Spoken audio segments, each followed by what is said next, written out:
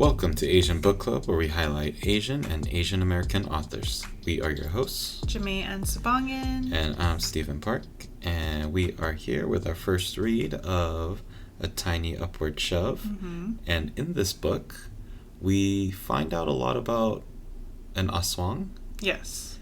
Do you know what an aswang is, or did you know previous to this book? Yes. Many other Filipinx kids like myself who grew up in Filipino homes where the culture and the tradition is fully a part of the family. Mm-hmm. Aswang is the threat to us all the time. Mm-hmm. Don't go outside at night because there's aswang. Mm-hmm. Don't leave your family without them knowing where you are because there's aswang.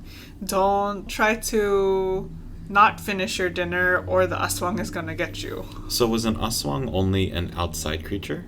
No, aswang can be in the home too. Like it can attack inside? Exactly. So if I try to smuggle a choco pie from the kitchen to my bedroom to eat it late at night like a snack, would the aswang get me? Yes, the aswang might be at the corner of your room.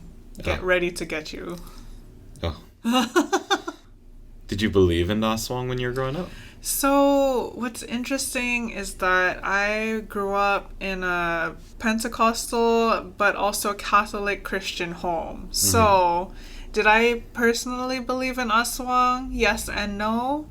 Because I went to a Pentecostal church and we didn't believe in mystical creatures, but we did believe in demons and the devil. Mm-hmm. So essentially, yes, I still believed in the aswang. So you just thought the aswang was like a devil or a demon? Demon, yeah. I don't know if I had anything like this personally. I feel like growing up, I didn't need an aswang. I just needed my mom to threaten me with my dad. Well, I mean, that's the thing. It's like you just needed something to fear. And I felt like with Filipino kids, we needed more things to fear, not just our parents. See, I feel like my dad was scary enough where I would have hoped that an aswang would have came. I would have been like, please, aswang, come defend me. Come defend this house. We'll talk more about aswangs and that kind of culture, but I don't know. Like, for me personally, growing up, I don't think that there was a big figure like that. Same thing, also grew up in like a Southern Korean Baptist church, so I don't know if we just didn't believe in it because of that fact, but we also had other traditions where we did have spirits and those kind of things. Mm-hmm. But did you have evil spirits that you had to defend against or be afraid of? No, just my dad. I'm just kidding. No, not really. It was more just spirits of like our grandparents and things like that, which we would summon on their ancestral days and things like that. For sure. Yeah. I think it has something, at least in the Tagalog/Filipinx Filipino tradition, I think it stems from like the spiritual realm, and I won't say it's a religion, but the spirituality before Catholicism. Mm-hmm. Yeah. But there's in Korean culture, like shamanism and Buddhism are two of the structurally religious practices that were there. Yeah. So maybe it's stuff that was just not within my family of things. Mm-hmm. I know the part of like bringing in ancestors is somewhat similar to what happens with Hispanic cultures in like Dios de los Muertos. Yes. So I think there probably is some of that kind of shamanism stuff in the culture, but yeah, we never like wrung out spirits or had that as a fear tool. Gotcha. But I don't know, maybe it was just my family. That's fair. Yeah. But, you know, every family's a little bit different. Yes.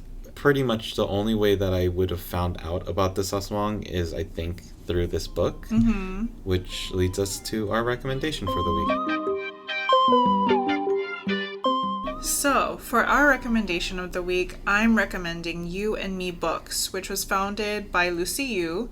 It's a bookstore that focuses on the strong, diverse voices of our community with a focus on immigrant stories. Due to a fire that affected the building where the brick and mortar store was located in early July, Unfortunately, You and Me Books' physical storefront is currently closed. However, we can support them by giving to their GoFundMe for their recovery fund or ordering through their bookshop.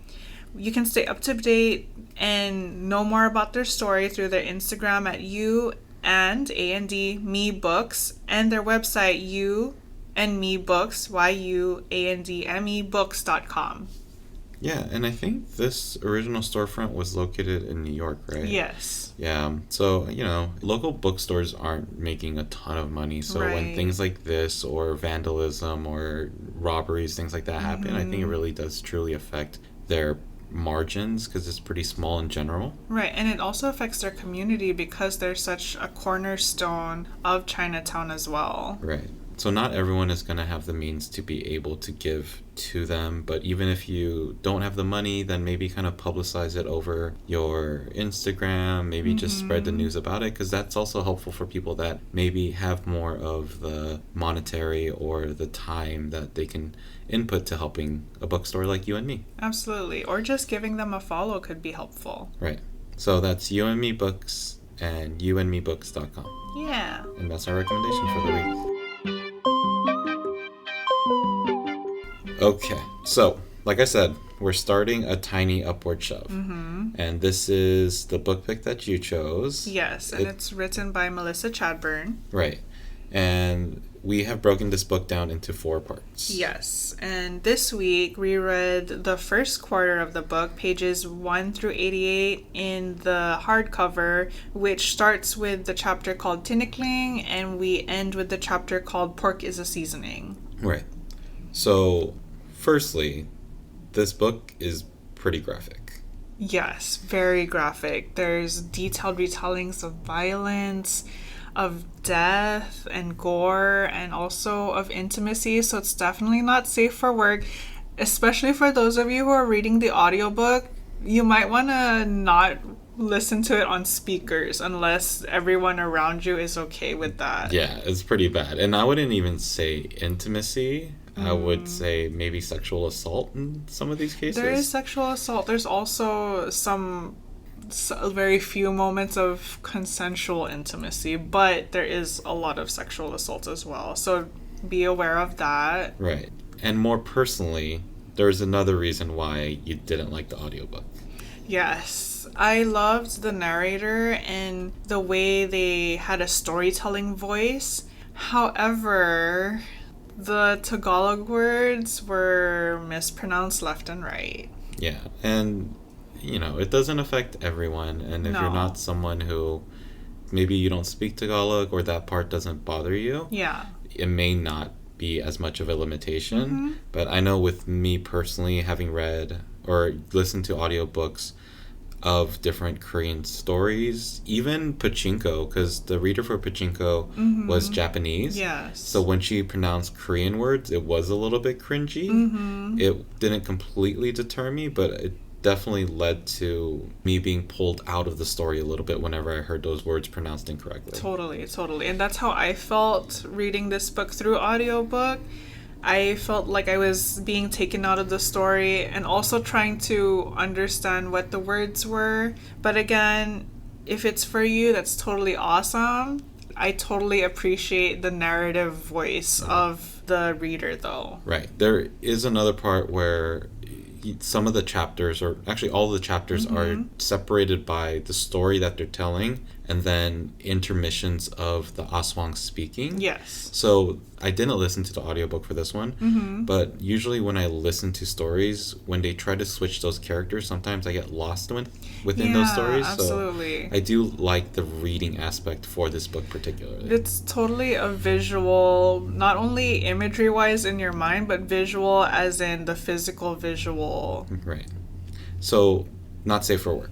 There's a lot of stuff, like we said, in here. Yeah. Read it for yourself and kind of go through it. But one of the parts that I think are really important are on page 76. And that's when they bring up the namesake of this book. Yes. And essentially what's happening is that Marina, the main character, is trying to get this bird out of the heater that seems to be stuck.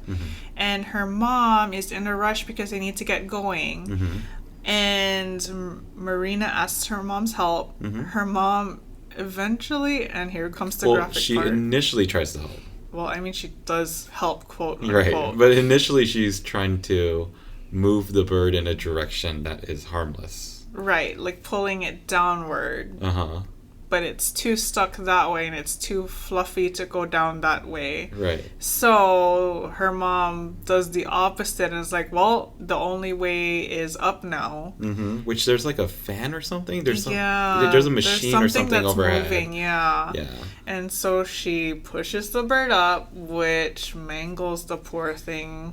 She gives it a tiny upward shove. So this goes into the quote on page 76 where Marina says, "What did you do?" She asked, her voice shaky. The mom responds, "Just what we have to do, sweetie. Help a hurt thing on its way. A tiny upward shove." Mm-hmm. Which sounds like the role of the aswang, which we'll kind of talk about next. But yes. It seems like, because from what I've read from a very well-renowned source called Wikipedia and Google, it seems like the aswang is seen as this very negative imagery in the Philippines. Is that right? So, like I mentioned earlier when we talked about the folklore, aswang is meant to be a cautionary tale. Right. Yes, so it's not necessarily negative, but it's also not something you want to be or to encounter. Right, because the explanations that I saw were like vampires and monsters and things that will attack you. Yeah. I think I even read it'll attack you for no reason sometimes. Right. But there is, the cautionary tales of it'll attack you for more specific reasons. Right. So that's why, and from what I was assuming, is there was not a whole lot of good involved with the aswang character. From the reading of it, it seems like it's kind of like flip the narrative. Like the aswang is actually something that's good and protective, that is going to be kind of an overwatcher of the family. Right. So let's talk about the aswang. Yeah. So in the book, it kind of delineates how certain people become aswang, which I never really knew about, or at least I've never heard it retold this way. Which might be more specific to just Melissa's storytelling. So Melissa Chadburn's storytelling. For sure. Because this may be her perception of it. It may just... Because, like, we have all those zombie movies that come out. Right. And there's a million different ways that the zombies are prepared. Right, exactly. And their different abilities and things. Yes. So this might just be Melissa Chadburn's take on the aswang. Totally. Or it could be a regional thing, too. Right. So in the book... And if you're following along on the hardcover, this is found on pages 14 to 15. There are 3 ways of becoming an aswang. One is a fertilized egg ritual done at the full moon. Second is transmission from an aswang who wants to give up their immortality to another person. And then the third is heredity, which is activated by, like we mentioned, unfinished business. Right. And it mainly goes through the bloodlines of the women in the family. Yes, exactly. And it was very specific to kind of mention that. Right. Totally. And so, like we said, in this book, it seems that the aswang is more of a finisher, not someone or something that wants to do bad necessarily, although there are instances of that. But what's interesting is that the bad aswang in this book was a man.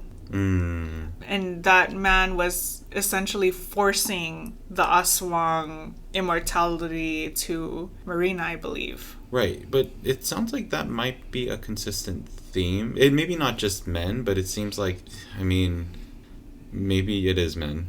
But it seems like it's kind of something that happens bad upon women, and it doesn't seem like this storytelling. So what happens is Marina is found in this situation very early on in the book. Is kind of how everything is introduced to us. Yeah. And she is pretty much murdered by this pig farmer Willie. Yeah. And so this leads to the aswang coming in and taking over Marina's body. Right, exactly. So I don't know, something in the reading, I can't remember specifically, but something in there made me think that this wasn't the first time a woman was murdered or harmed or, in some way affected by a man that would have led an aswang to take over that body. Totally. And that brings us to the next major topic, which is the layers and the generations. Right. So it started out with their great grandmother, Maria Lobo, Right. who was being passed the immortality from an aswang. Like we said earlier, this was a man aswang who decided,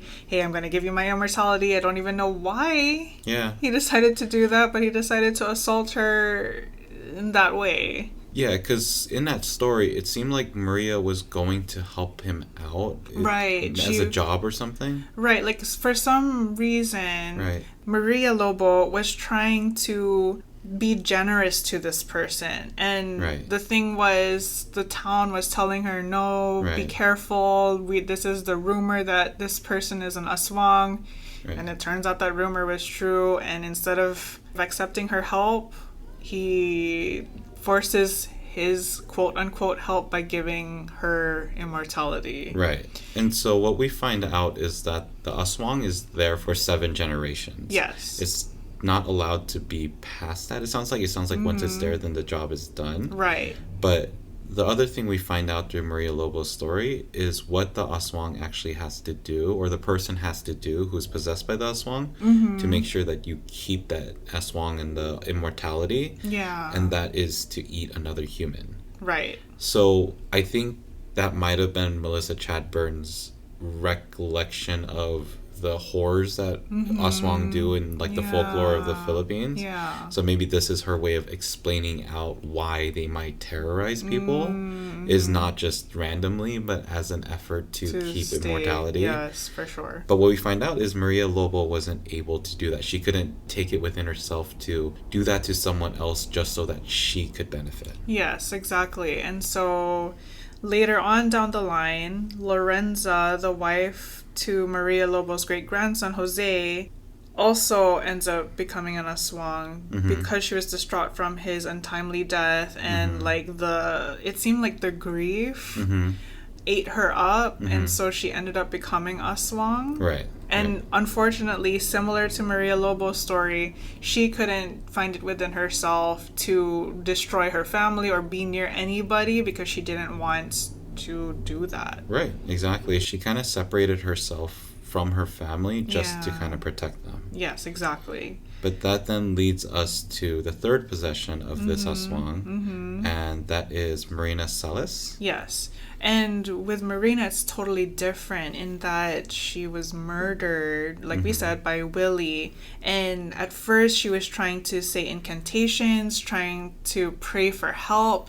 But instead, the last thing that she thought of were the things that she couldn't finish, the things that she wished she could have done. And that is how the aswang was activated and brought into her body. Right. And so one of the words that they mention fairly frequently is a bad word that I really enjoy using now, and I use it very often, but that's not the word I'm thinking of.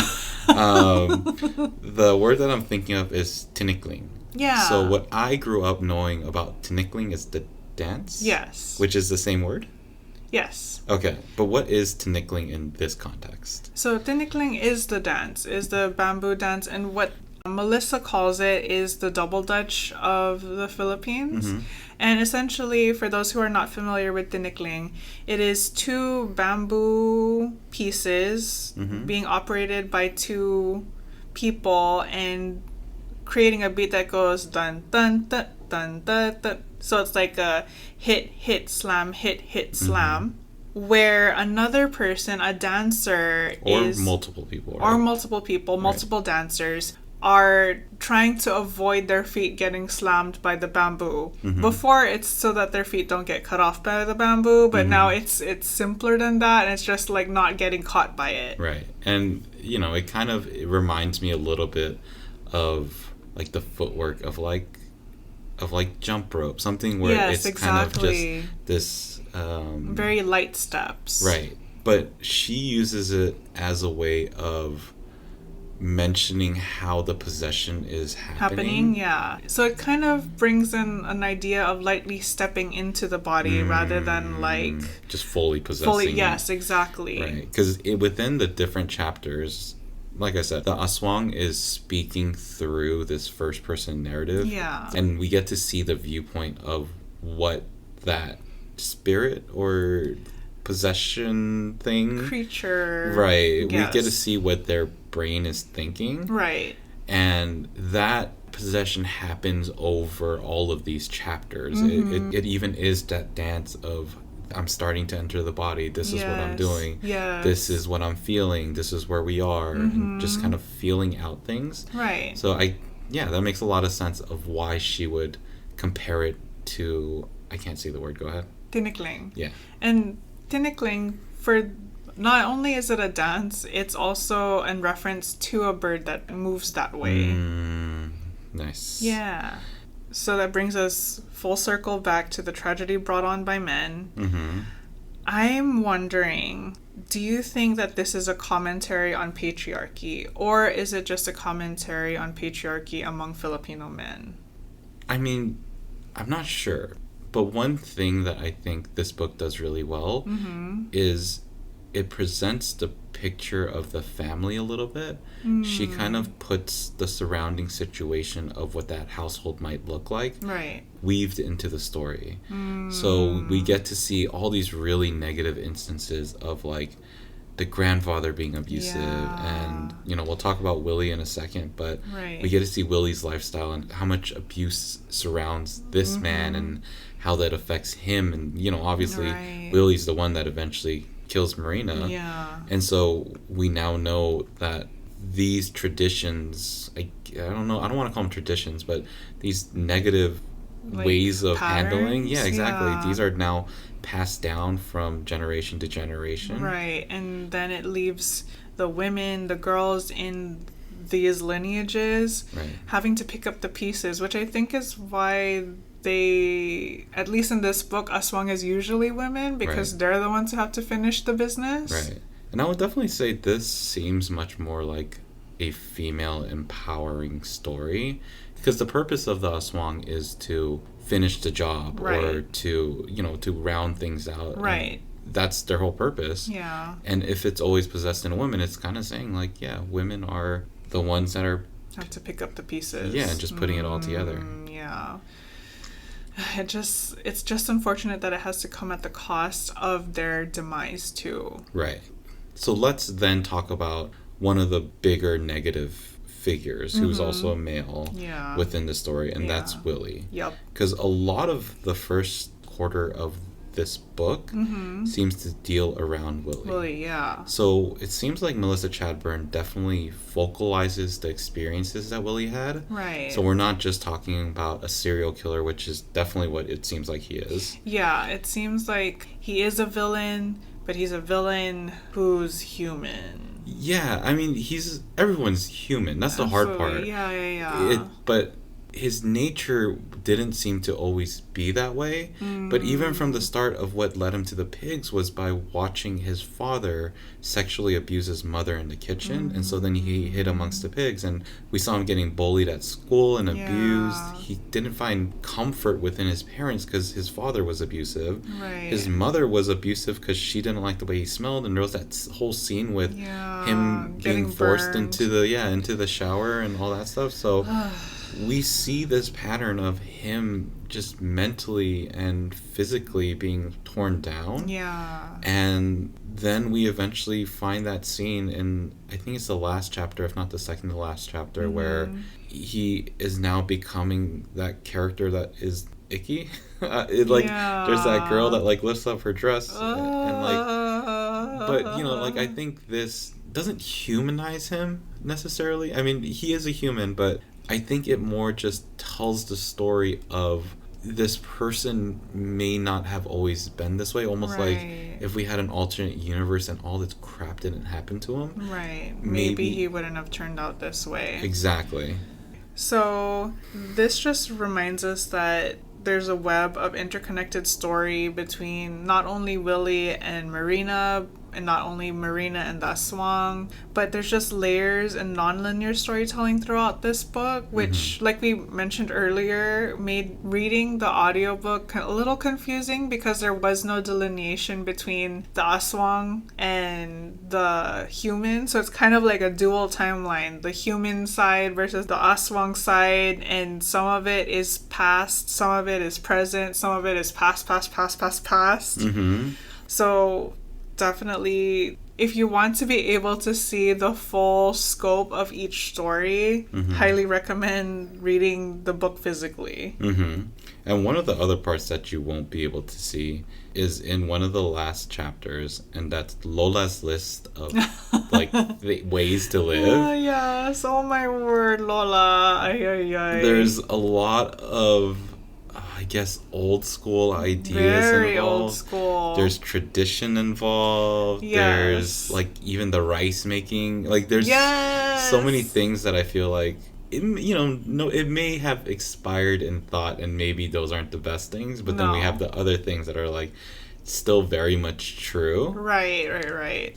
This is going to be found on pages 83 through 86. Yes. Now, one of my favorites is actually number 16 and 17. So I combine them because it's what kind of man to find. And it's such an old school thought, but it also explains a lot of Phil Am's in the US. You mean currently, right? Right. Like, and it's not all, but you see this sometimes with some of the people who are of mixed race, who are Filipino and Caucasian or American. And number 16 is, it is best to date a man at least 10 years older than you so he can take care of you. It is best to date an American man, and even better if he is white. The other one is, try to find an army man or a cop, someone with a uniform. Oh my gosh, I know specifically people are coming to mind. Right, and like in Guam, yes, the military is a huge presence there. Very big presence, yes. So that number 17 of trying to find an army man or something sometimes is utilized, right? Yeah, absolutely. And then that kind of reminds me, that leads to number 20, which made me like inwardly cringe because I was told this. Number 20 says, don't be intimidated if the mother of your suitor refers to him as a gift from God. But if he is her only son, smile politely and find another boyfriend. He will never have enough time for you. It was almost word for word what I was told. Did you follow that rule? I mean, I'm no longer with that person, so I think it worked. Did you have a favorite amongst these? Among these, I mean, not necessarily. I loved that on number 10, like you said, about the rice and how to make proper rice is exactly what I follow. Yeah, I think a lot of these are pretty funny. Yes. And once again, also possibly a little bit true. There's one about like pinching your nose, like when you're a kid so you can reshape it. Yeah. Which deals with some of the colonization that happened in the Philippines. So and also like the parts about not being under the sun, about bleaching your skin, definitely all colonial. But also very true to, I think, what people had to grow up with. Right. Now, there are different things that bothered me a little bit about this read. Overall, I think the story does pick up. Yes. But the beginning of this book, I thought was a little bit harder. I felt like I had to trudge a little bit through like this brush. That's fair. Before I could get into the story. That's fair. The way that this book handles its narratives or their discussions, I didn't like as much. So it's a little bit confusing because sometimes the actual conversations aren't well separated, nor are a lot of quotations used to really delineate who's speaking. So sometimes I kind of had to go back and be like, all right, who are they talking? Is it a thought? So that part I didn't quite like as much.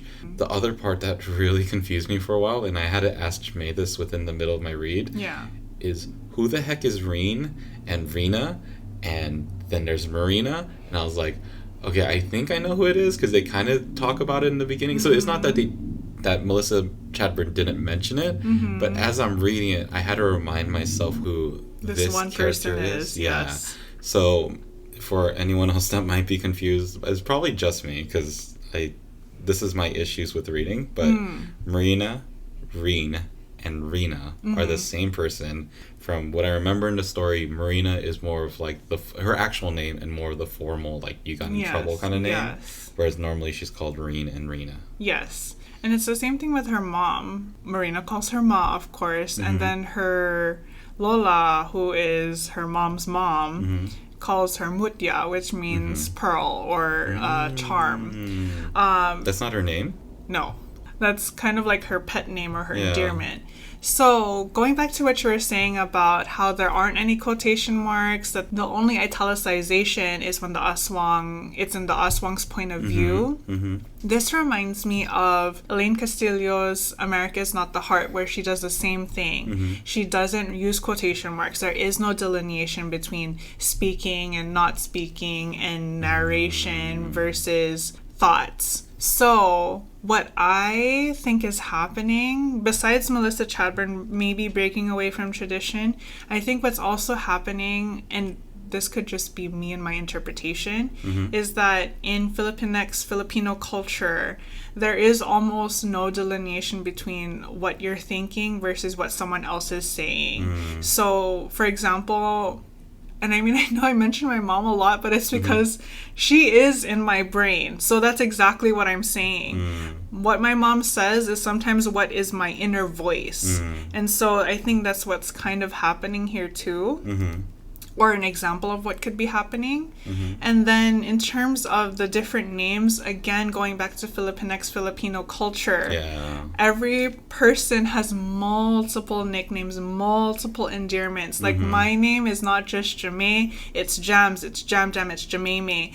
Everyone has a different name for me. Yes, and when they're talking amongst each other and referring to me by those different names, they're all referring to one person. I think that's pretty similar to how I grew up too. I can't remember all the little nicknames that my parents gave me, but like, I know at one point it was like Piggy, and it was like meant to be a little point of endearment. Like I remember specifically having that conversation with my dad and be like, I don't like this. Like I feel like it feels like body shaming kind of thing. I didn't have the words for it, and he was like, no, like that's not what we mean by it. And it's like very much a standpoint of endearment is what he was trying to prove. And you know, I call our cats Chunky, and I call our little cat Piggy, and you know, it's meant to be endearment, but that part makes sense, but as a reader, it's so hard to kind of keep track of sometimes. That's and I think that was the confusing part. That's fair. Yeah. I just feel like for me, I felt familiarity in that, so it was easier to go with the flow with that. It felt like home. Yes. Yeah. So we are going to continue on with this book. For me, like I said, I think it's getting to that better part where the story is flowing more. Yes. So I'm excited to read it. But we are on the second read of this book, and that's going to be from pages 89 to 172. On the hardcover, and that is between the chapters called Man of the House all the way to the chapter called The Pines. Yep. And hopefully there's less assault and abuse and things, but... I mean, what are your predictions? I don't know. We're clearly following Willie for a reason. Right. And it definitely seems like that story of we know what happens, we know the ending. Yes. But maybe we find out how we got there. Right. Towards the end of the chapters, we find that scene where Willie first sees Marina. Right. So I think very much it's going to be the telling of everything that's led up to it. But... I don't know. I think I'm just in it for the ride. I don't think I have too many predictions. That's fair. I think very similarly that we're going to learn more about the middle of the story and specifically how Marina got into this, I guess, relationship with Willie. Well, was she in a relationship? Well, not necessarily a relationship like romantic relationship, but like this familiarity to the point that she followed him here. I thought she got kidnapped or something. I don't know. Maybe. Yeah, I don't think they wrote anything about it. Okay. So maybe I might have missed something, but maybe we're also gonna find out exactly how this kidnapping or this whatever happened. Yeah. Yeah. Okay, so if you feel like we read something wrong or you know what's actually going on. Yeah, exactly. Please message us. Yes. You can email us at asianbookclubpod@gmail.com, or you can DM or comment on our posts on Instagram at asianbookclubpod. Right, and we also have our website, asianbookclubpod.com, which is also going to have our bookshop on there, which gives our current recommendations and other recommendations we both read and plan to read. Otherwise, make sure to rate, review, and subscribe. Yeah. But also make sure to be happy, be healthy, and read a book. Ingat. Bye. Bye.